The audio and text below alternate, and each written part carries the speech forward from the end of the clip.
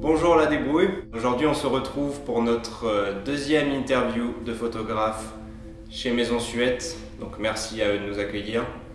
Aujourd'hui nous sommes avec Pierre-Étienne Suette en personne qui va nous présenter son exposition autour du thème de la neige. Voilà, allons-y. Pierre-Étienne, bonjour. Bonjour.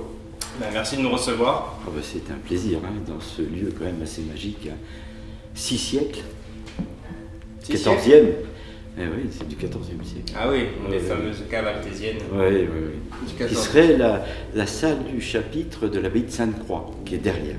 Enfin, d'après Patrick de Michel, notre archéologue. Ça fait combien de temps que vous l'avez aménagé cette cave? Ça va faire 2 ans là. 2 ans. Donc ça fait 2 ans que... Combien de temps que vous recevez des photographes?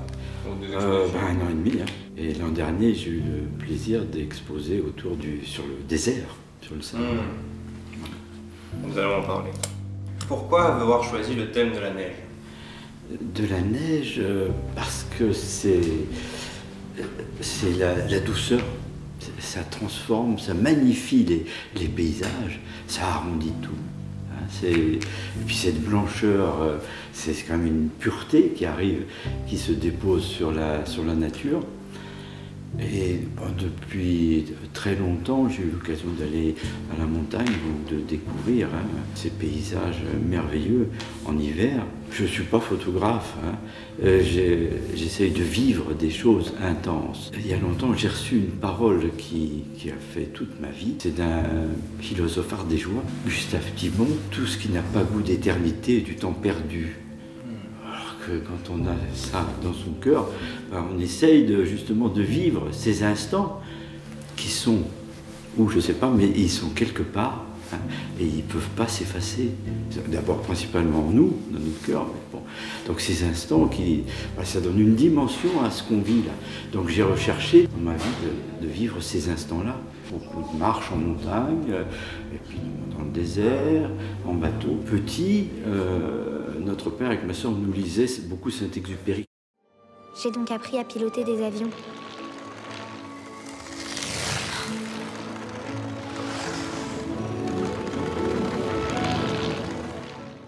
Il arrive à créer des rêves. On parle tellement bien de l'aviation, du désert, tout ça. Donc j'ai eu la chance de pouvoir les réaliser. J'ai volé un peu partout dans le monde, jusqu'à une panne, dans le désert du Sahara.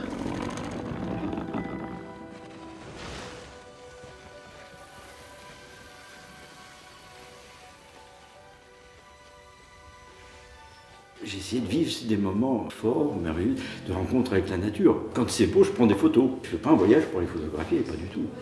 Pas du tout, comme certains le font. Les gens qui exposent ici, c'est des photographes, donc c'est leur métier, etc. Moi, non. L'essentiel, pour moi, c'est de le partager. Donc c'est jamais pour moi tout seul. Mon bonheur, là, en ce moment, là, dans la galerie, là, pour moi, c'est un bonheur absolu devant la joie des gens qui regardent tout ça. Là. Ça, c'est ce qui me nourrit. Absolument.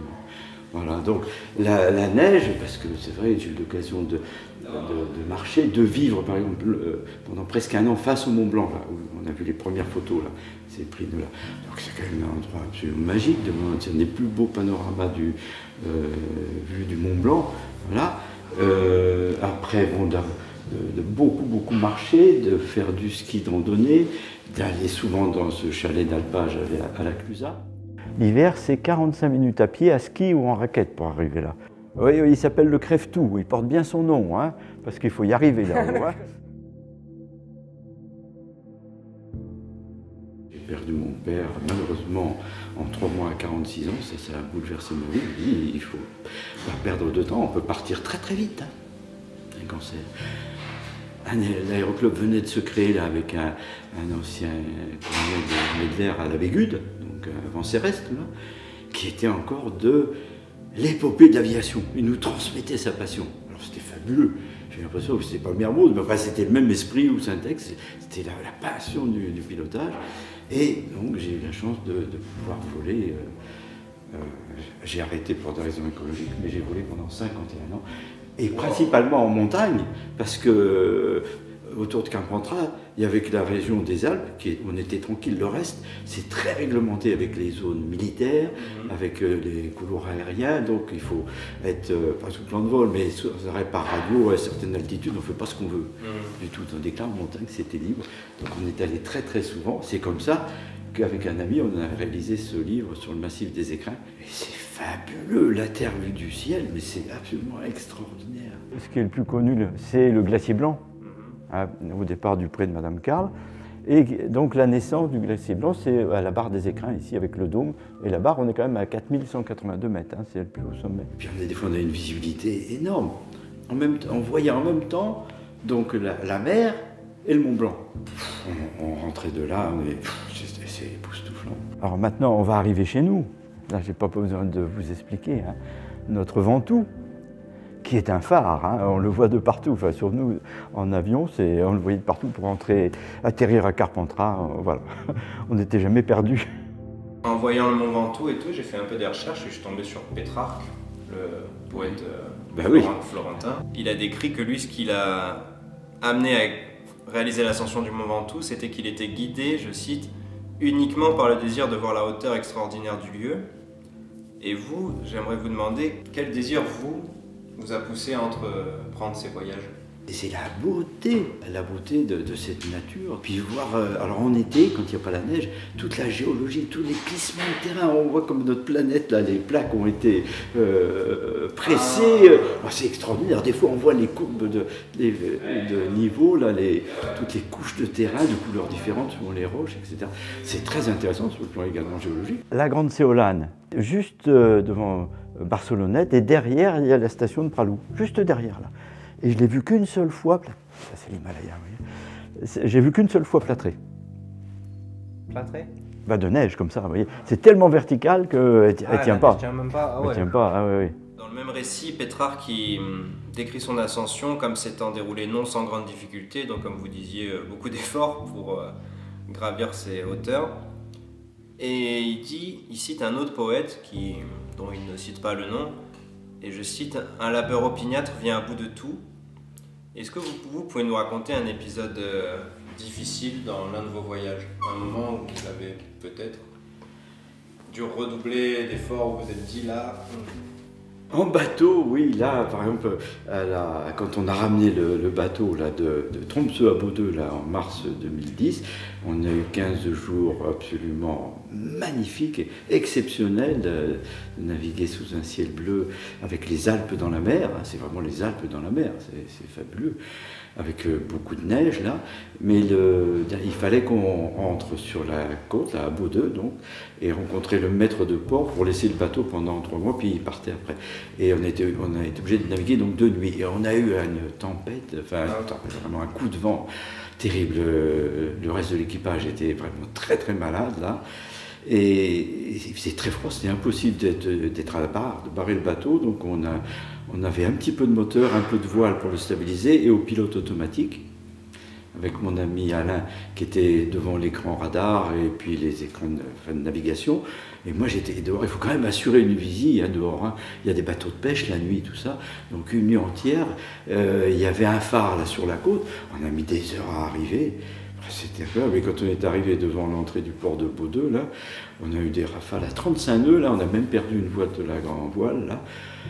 Donc on n'a pas dormi de la nuit, là, avec le froid et tout, des gelées. Moi, j'ai jamais eu aussi froid là aux pieds.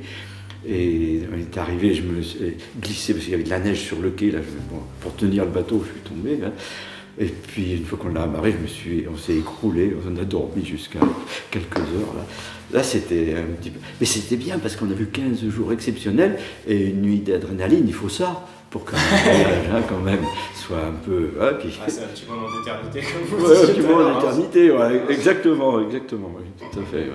Alors on se sent vivant, Oui, absolument. Les 2 grands voyages que j'ai réalisés, donc c'est celui-là, la descente du Saskatoon en mars 2010, et j'ai eu la chance aussi, alors ça c'est Saint-Exupéry, de connaître le désert, et la première fois que j'y suis allé, j'ai eu un tel coup de foudre là, qu'immédiatement, j'ai voulu le partager à d'autres personnes. Donc pendant 45 ans, j'ai organisé des voyages. Donc j'ai vécu plus de 3 années dans le Sahara. J'avais un chameau, hein, et des amis, donc je suis toujours en contact, je téléphone, je suis toujours en contact avec mes amis du désert. Et j'en rêvais depuis très longtemps, j'ai pu partir de Carpentras en avion, parce qu'on avait un avion qui le permettait. Je connaissais bien le pays, c'est hyper compliqué au niveau de l'organisation de voyage, là. Et plusieurs fois, bon, c'est vrai que j'ai la foi, ça m'est arrivé, je me disais, parce qu'on volait le matin ou le soir, là, à certains moments, de dire Seigneur, je ne sais plus où mettre cette beauté. Mon cœur n'était pas assez dilaté pour mettre ce que j'avais sous les yeux. C'était époustouflant, les dunes au soleil couchant comme ça, vu du ciel. Là, c'est des sacrés moments, ça. Hein. Dans la description de l'exposition, oui. Vous nous parlez de l'harmonie qu'on retrouve dans la montagne, l'harmonie des dunes. Oui, et puis là, avant le Covid, donc j'ai été garder l'ermitage de Charles de Foucault à la Sécrène. On est en plein cœur du Sahara, à 90 km de Tamanrasset. On est au cœur du massif du Hogar, on est à 2700 mètres d'altitude. C'est que des montagnes, c'est que des pics volcaniques, c'est tout à fait incroyable. Il y a eu de la neige quelquefois, mais ça ne dure pas à midi, ça a tout fondu. Hein. Mais bon, c'est arrivé là, c'est de la haute montagne. Et ça a été connu, les premiers touristes, c'est le club alpin français qui est venu en 1935, dans le Hogar. Il y avait des militaires à l'époque, hein, voilà, pour grimper. Et puis après, ça s'est développé, mais c'est de la montagne, il y a plein de montagnes hein, dans le désert. Voilà, les dunes représentent qu'un tiers de la surface. Mais c'est vrai, alors par contre, dans les dunes, on retrouve les mêmes dessins, c'est le vent, que sur la neige. Et on peut retrouver exactement les mêmes formes que sur la neige. Donc vous dites que vous avez volé depuis à peu près donc 51 ans. Oui, depuis septembre 71. Donc j'imagine que dans le livre de Monsieur Boyer, il y a un chapitre où il parle de la modification du paysage. Donc depuis après la guerre, avec les flux de l'exode vers la ville, etc. Des stations de ski qui se sont installées, qui ont développé donc plus une activité touristique que paysanne. D'ailleurs que les paysans ont beaucoup participé à la création parce que c'était des bons travailleurs, ils n'avaient pas peur de l'effort. Bien sûr. Est-ce que vous, donc au cours de vos voyages, vous avez vu ce changement opérer, ces changements de paysage? Oui, la déprise agricole, oui, absolument. Hein. Donc la forêt qui regagne. Ça, je ne l'ai pas vu, mais au XIXe siècle, ça a été le maximum de l'occupation des montagnes. Et puis, il y a eu le début de l'industrie, et il y avait une population, le début de l'hygiène qui est arrivée, tout ça. Donc, la démographie, la population était beaucoup trop importante pour la surface. Donc, un exode très important vers les villes, etc. Et à ce moment-là, la montagne, c'était horrible, parce que les forêts étaient coupées, enfin tout était utilisé au maximum pour survivre. Et même l'État avait été obligé de mettre en place, parce qu'il y avait des avalanches terribles, des crues incroyables, donc une loi qui s'appelait RTM, la restauration des terrains de montagne. Il y en a eu 2, qui existent toujours, qui datent du 19e siècle, pour protéger. Alors là, oui, effectivement, quand on voit les photos de l'époque et maintenant, on se dit que oui, effectivement, ça a repris. Et là, à l'heure actuelle, c'est vrai que ça continue un petit peu. La forêt, il y a une déprise, donc c'est la forêt qui gagne de plus en plus. Et ça, c'est vrai qu'on le voit là, quand même, rapidement. Et effectivement, comme Bernard raconte, c'est toute industrie touristique là, au niveau de la montagne. Est-ce que vous en avez observé des conséquences ou à votre échelle? Les conséquences... ou une modification du paysage? Au niveau des paysages, non, pas... La montagne reste éternelle. Ça bouge pas trop. Dans les conséquences en montagne, c'est le réchauffement climatique qui est 2 fois plus important qu'en plaine. les glaciers là dans le Mont Blanc, enfin partout. Le glacier blanc. Moi, j'y retourne plus. Avant de descendre, il y a un quart d'heure, là, une demi-heure, je vais régulièrement voir la webcam là, où on voit le chalet. Cette photo-là a été prise au mois de février en 2017, c'est Benoît qui l'a pris. On était tous avec les enfants, là, les petits-enfants. Là, un quart d'heure, on pleure, il n'y a plus rien, tout fou. On a la même période, c'est de la terre de partout. On ne pourrait même pas y être parce qu'on ne pourrait pas partir du chalet, parce que là on part du chalet, on est sur les pistes, on descend, là on ne pourrait plus. Donc les transformations, du réchauffement, alors ça c'est spectaculaire.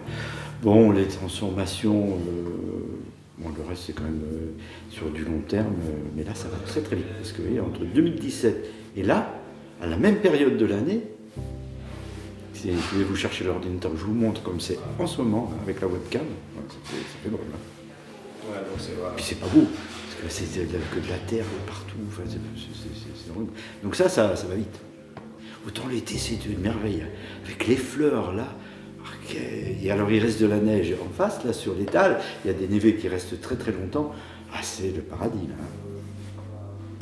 Vraiment. Alors ça va revenir, c'est sûr et certain. Je voudrais vous montrer une petite image d'un truc que j'ai trouvé dans le livre, qui je pense va vous parler forcément. Le Cessna, donc c'est des avions à aile haute, ça. C'est un avion comme ça que j'avais pour aller dans le désert. Hein. Donc c'est effectivement, on peut ouvrir la fenêtre et ça permet de prendre des photos de qualité. Hein, voilà. Donc des avions américains qui datent des années 50, hein, donc qui sont très très fiables. C'est quoi les facteurs les plus importants en tant que pilote à prendre en compte?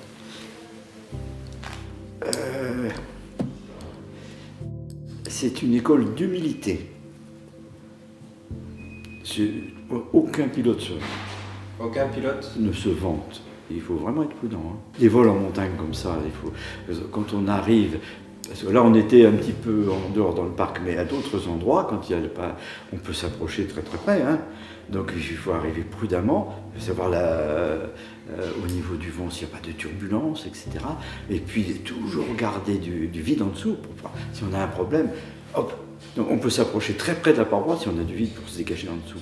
Et surtout quand on rentre dans les vallées pour passer un col, il faut être très très prudent. Il faut toujours garder la possibilité de faire demi-tour, hein, donc de ne pas se faire prendre, parce qu'il peut y avoir des rabattants qui vous rabattent là. Donc toujours prévoir la possibilité. Voilà, toujours. Voilà.